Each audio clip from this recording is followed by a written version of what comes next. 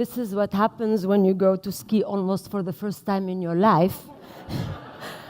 And you think you can dance on the snow like you used to dance on the sand of the desert in Africa, you know? It's a big difference. And the high heels which match the dress is not an option anymore. So we go bare feet like when we dance on the desert in Africa. We stay in the African spirit, right? Okay, ta-da. I have a brace, ta-da. Sexy brace, okay. So, ladies and gentlemen, welcome. To start my talk, I will go right away to the subject, vagina. Vagina, vagin. In all languages, it doesn't matter which language we are always embarrassed to even speak the word. I mean, if we are embarrassed to even say the word vagina, how are we going to own or appreciate one? We live in an over-sexualized culture, yet when it comes to our vagina or sexuality, there is still the belief that it's less or shameful or wrong. Well, let me tell you how this was where I come from. I was born and raised in a Muslim culture that divides spaces into categories. The space outside of your house is the patriarchal space dominated by men, and the space inside of your house is the feminine space ruled by women. I personally could relax only in the feminine space where women could be, to a large extent, free to be themselves. In these secluded female spaces, we practiced a very ancient dance ritual. It's about 4,000 years old, called in Arabic رقصة الإلهات, the dance of the goddesses. Part of this ritual is the ritual of al-kabasa, which is dancing with the pelvic floor muscles, also with the vagina muscles. This had nothing to do with sex. I'm sorry to disappoint you, mais c'est comme ça. Sexual energy was considered as a life force, a source of vitality, of energy, of vibrancy. And my childhood memories are filled with these vibrant images of female bodies, dancing, shaking, undulating. These female bodies did not look like the perfect female bodies you see in Western media. You know, they are not carefully selected or photoshopped to fake perfection. No, these were real bodies of real women, old, young, hanging, firm, wrinkled, smooth, all kind of bodies. There is no duality, no right versus wrong body, or no beautiful versus ugly. They were all different, yet they were one. They were all symbiotically feminine. The youngest got initiated to this dance by the oldest. I got initiated by my grandmother and the oldest of my tribe. I can tell you there is nothing more empowering for a little girl than to be initiated to the art of being feminine by old, wrinkled, shrinking women, yet full of beauty, grace, and playfulness. Then you get the unshakable self-confidence that feminine beauty is ageless, timeless. Then you get to know deep from inside, as a little girl already, that wild, sensual, young bodies are accidents of nature. But wild, sensual, old bodies, these are works of art. Il y a une grande différence quand même. Hein? So, but as much as I loved these secluded female spaces, I really hated the sexual segregation between the spaces of men and the spaces of women. That was one of the main reasons why I left my home country, my beloved Tunisia, in North Africa. I get very emotional because I love Tunisia, but I hated that separation. So I went to the West. Voilà. There, they don't have a segregation. Tout va bien. But it's only when I started to live in the West, in Europe and in America, that I began to appreciate what I once hated it.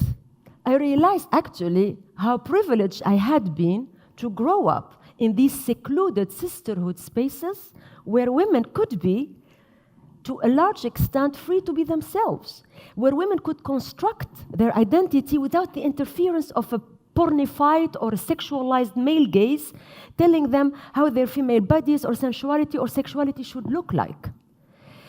Because in the West, the female sensuality and sexuality has been monopolized and belittled by patriarchs like Freud, we are in Austria, right? Who made women believe that they are sexually inferior to men. I remember the first time I read about Freud's work during my studies at the Sorbonne University in Paris, especially about the penis envy theory. The penis envy theory. Alors, according to Monsieur Freud, the penis envy theory, little girls experience anxiety upon the realization they don't have a penis. So you are a little girl of 2 and 3, and then one day you look and you think like, Mama, help! I don't have a penis, I have a vagina, I want a penis, Franchement. And Freud argues that this shocking deficiency plays a major role in the sexual and gender construction of women. Franchement, I found this theory completely bizarre.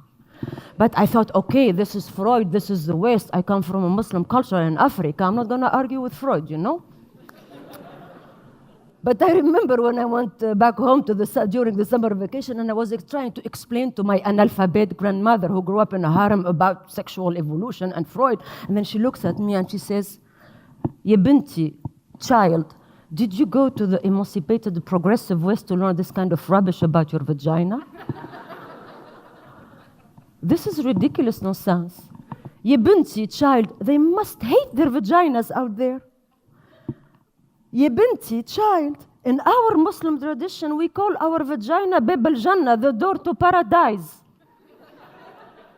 Our womb is the paradise, our vagina is the door to paradise. Who would exchange a paradise for a penis?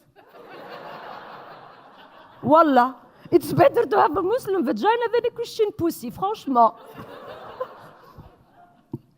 But you see, I mean, thank God or thank Goddess, I had deeply anchored this culture in me, because what you need to know is I was raised like my mother and my grandmother with the Islamic jurisprudence. In the Quran, since the 7th century, gender sexual equality is deeply anchored in the Quran.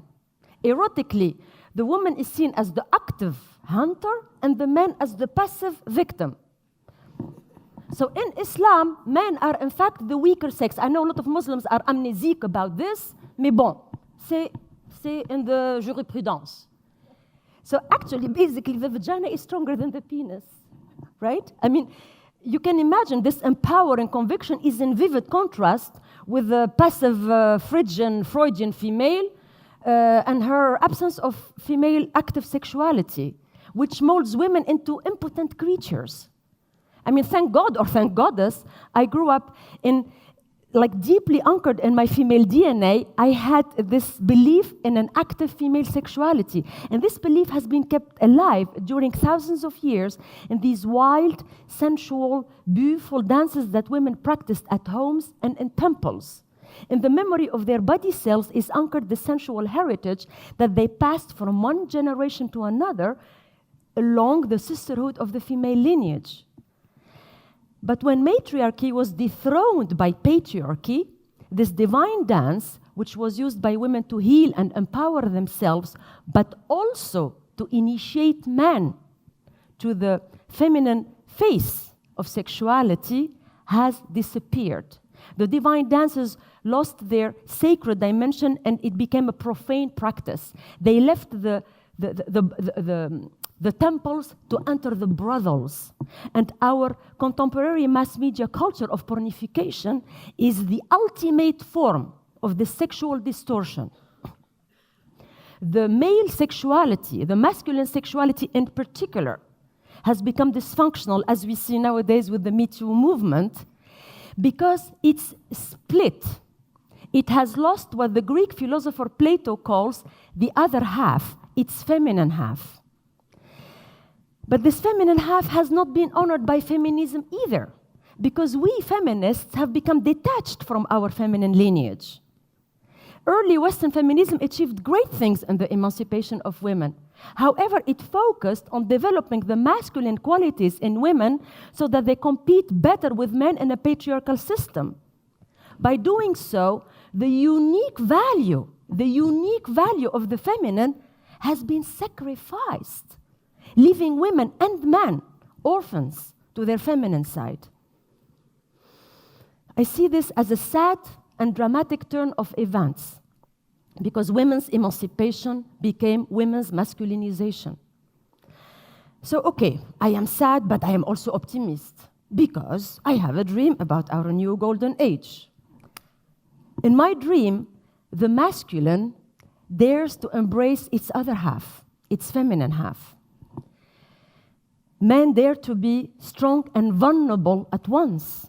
I am a mother of a boy, and that's my biggest concern. How can my son be strong and vulnerable at once? Because it's beautiful. In my dream, the feminine feels empowered and safe enough to share its ancient and sacred wisdom with the masculine, especially in the erotic domain. In the Golden Age, the sensual and the sexual leave the confined arena of pornification to become part of the spiritual experience.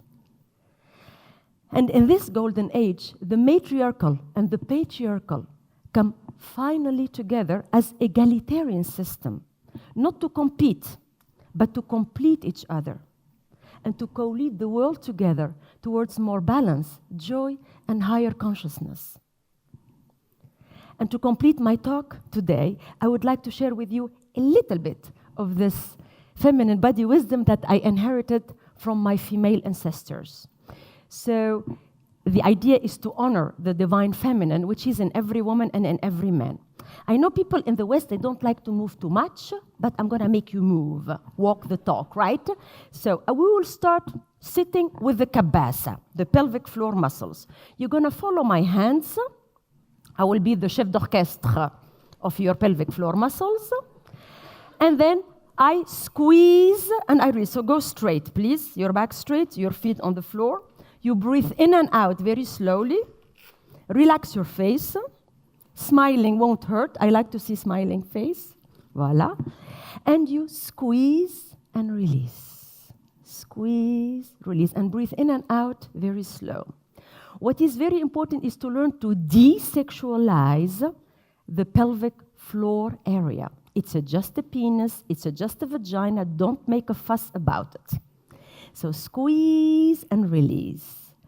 I am not between your legs to check if you are doing it or not, but I trust that you are doing it, because the more you do it, the more the blood circulation gets stronger, the more you will feel alive in that area. The pelvic floor muscles are quite complex, especially the vulva muscles, but we're going to focus only on one muscle, which is the perineum. I squeeze and I release. The perineum is the muscle between for gentlemen, your anus and your balls, and gentle ladies, between your anus and your vagina. And that muscle, you squeeze it and you release it, and you squeeze it and you release it. And next time, when you are in a situation of stress, don't contract your jaws, contract your kabasa. You will see, the more you contract below, the more the energy will come down, and then to your biggest surprise, you will find yourself completely calm. Just keep on breathing in and out, very slow. Follow my hands, and squeeze and release. That was kabasa for dummies, a little bit.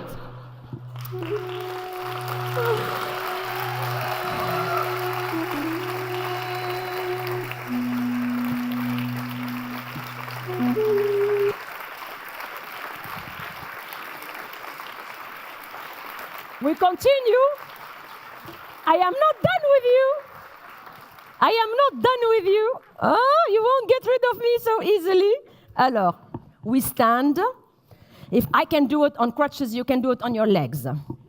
Alors, your both legs are going up and down. Both legs. I do it only with one, you do it with both. Up and down, and you shake. And then start shaking. And the idea is to shake the whole system, especially the memory of the body cells. Here, this movement belongs to Al Hadra in North Africa. It's trance dances to relax the body, get rid of stress, and shake your boobs. Allez, ladies. I call this the higher intelligence. If your higher intelligence is shaking too much, you can always give them a bra with your hands, but shake them harder. The gentlemen, you don't need a bra here because they are smaller, and the gravity law works harder for the boobs, not for the balls. So, but ladies, shake more, more, more, more.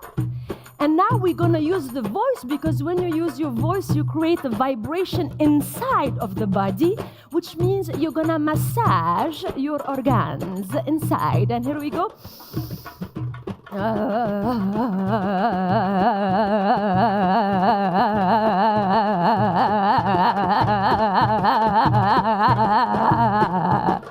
Okay, more, more, more, more. And now we're gonna make it a little bit stronger, so the knees bending, and then you go down, and you're gonna do your knees one by one. One by one, with the hips, hips, to move the hips. Shake, shake, go a little bit, open a little bit your legs, go a little bit down, and go a little bit like this. Taka, taka, taka, taka, taka, taka, taka. I call this movement the diarrhea, like you shit, right? So imagine you are shitting. Ali, come down, you don't shit, next time you shit this way, go down. And you are shitting down, out, this gender split between the feminine and the masculine. All this kind of bullshit that we have been having in our system, of course, for example, about our vagina. Your vagina is less, it's wrong. The penis envy theory of Monsieur Freud, this should disappear from the academic world. Here. Ali, give me the more. Penis envy theory. More. Again. Allez. Shit it out. Yes. The gentlemen continue. When a man is vulnerable, they tell you, don't be so weak. Don't be such a pussy. Don't be such a pussy. Gentlemen, don't be such a pussy. What do you do next time? You go more. Okay. And then when I tell you that don't be such a pussy, you say, thank you next time, because being a pussy is a compliment, right? And now we're going to move to this movement. Now, undulation here. Hands. This movement, I call it the lemniscate. It's a sensual movement. Before we had the wide movements, now we have the sensual movements here. Tac. So you undulate and you expand. Hands. So you expand with this new awareness, with this new gender wholeness. The feminine and the masculine are supposed to complete each other, not to compete. Here, complete, right and left. Feminine and masculine. Right. Matriarchal and patriarchal. Expand, expand. Hands, hands. Gentlemen, you can move your hair here. Also for men, don't forget, little boys, they do these dances with us until the age of 10. It's also for men, not only for women. More. Feel feminine also in your body, it won't hurt you, and it's very good for your libido. Allez. More. Here. Opa. Expand. And then the matriarchal and the patriarchal, which finally come together to co-lead the world. And here we're gonna co-lead the last movement together. And I'm gonna do it with my crutch, you do it with your hand. Up, one arm down. More, here, proud. You know Statue of Liberty in New York? Yes? Liberty leading, enlightening the world with freedom. We enlighten the world with the feminine torch, feminine vision into women and men. The world is in need for more feminine wisdom. Here, hips. More, more, more. Hip, hip. Allez. Co-leading together, feminine and masculine, enlightening the world with the feminine torch. Wappa, allez, hoppa. Yeah. Rocket, baby, hoppa. More. Feminine torch. Yeah. Enlighten the world, allez. Da. Squeeze the cabezo.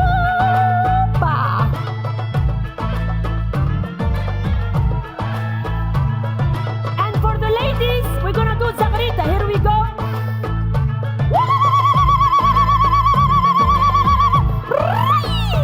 And when you go the You squeeze your cabeza and you say yes. And here we go, 3 times. And voice. Again. Last one. Yeah, bravo.